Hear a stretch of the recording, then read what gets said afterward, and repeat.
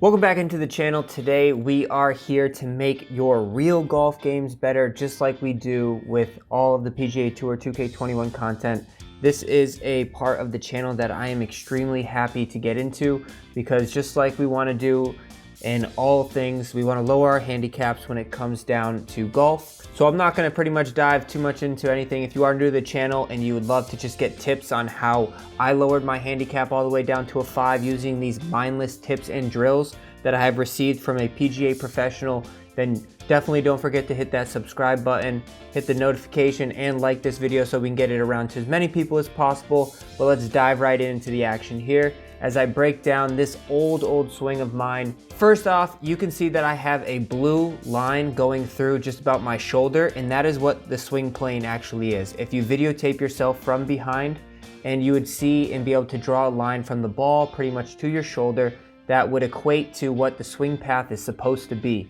And you can see here, back when I was a 13 handicap 1 year ago, at the club parallel point, which is within the first 3 seconds of the swing, I got my club head way behind my hands, and it trapped me in a position, and I'd probably say the majority of amateur golfers get themselves in this position. And the reason why you don't ever want to be in this position is because it becomes a timing game after that, where the club head gets lost behind your body and you have to come into a more of a flipping action when you come back down to contact. This part of the swing is so important because within the first 3 seconds of the golf swing, that is pretty much how the entire golf swing is built.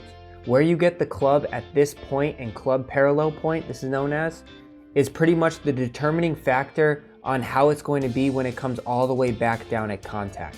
If you're somebody who's struggling with speed or distance or accuracy, it's most likely because you get this club trapped behind your hands, which means the club is A, not creating lag, B, in a very bad position, and C, it's all relating to your timing and your ability to be an athlete and get the club face back to center, which is not going to be the same because every day your timing is going to be a little bit different. Let's dive into how the club should be at your made point of club parallel. So if you see here, this is a little bit of an exaggerated feel, but if you study all of the tour professionals, they get this club head just tilted slightly from pointing straight up to the sky. So the tip of the club is slightly pointed in, but you can see that the club is way outside my hands at club parallel, and both of my arms are extended, which creates depth.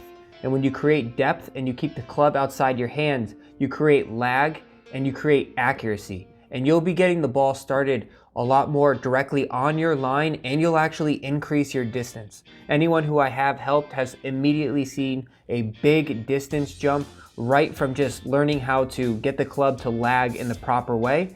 And at this point here, you pretty much can just do whatever you want. And when it comes back down to club parallel again in the downswing, the club should be in a nice lagged position because gravity and scientific forces have taken over at that point. And just to rehash, like, this isn't stuff that I have made up. I learned this directly from a PGA professional, and also learning this is a constant tip from a lot of PGA professionals. And you can go study all of the swings by the pros. All of them keep the club head outside their hands except for maybe like 2% of them, such as like a Webb Simpson. But the majority of golfers all keep this club head at this point outside their hands with a depth created. So let's dive into the drill that you don't even have to think about. All you need is a alignment stick. I like to always just rep it out just to get the feel for it before you do get into this drill. You can see I'm doing more of an exaggerated feel because in order to get what you need, you have to do an exaggerated feel. Feeling the club outside my hands, and it's gonna feel super abnormal, but once it feels all right, you're gonna grab this alignment stick here and you're going to place it down the left side of the shaft. And then you're gonna just grab your grip. And now you're gonna be like, well, I can't fully make my normal grip because it's too thick of a grip now. And that's okay, you don't have to worry about that. You just do your best to get the grip that you want, get it on the left side of underneath your arm and the left side of your hip, and it should be touching your hip. And now you're going to just go make your swing as you do a small turn and make sure that that alignment stick stays on your leg.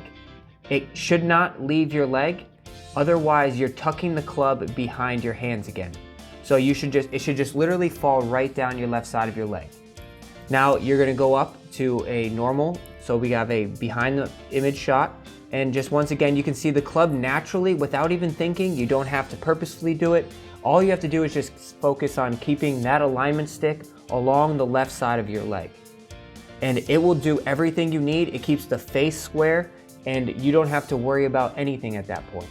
Now, some things you want to look out for. If you start bending your elbow early, you can see that this is going to hinge early and it's going to open your face, and that's not something that you do want. Or you can see in this situation, if you tuck the club behind, it's going to separate from your leg, and then you're going to be in the same situation that I described before, and then you can do regular normal swings.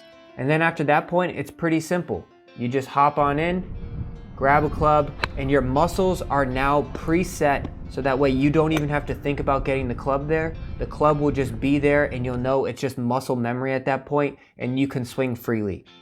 Now, I do this every single time I warm up. I do this just in my free time in case my swing ever starts feeling off, and I also just do this anytime that I am at the range. I hope this tip really helped you guys. If you have any questions, leave some comments down below. If you guys like these tips about how I've lowered my handicap and the drills that I've used. Also, if this video gets to 100 likes, I will drop the #1 mindless training aid that I use. It only cost me $8, but it's something that has been so valuable to me to learn how to use the ground properly.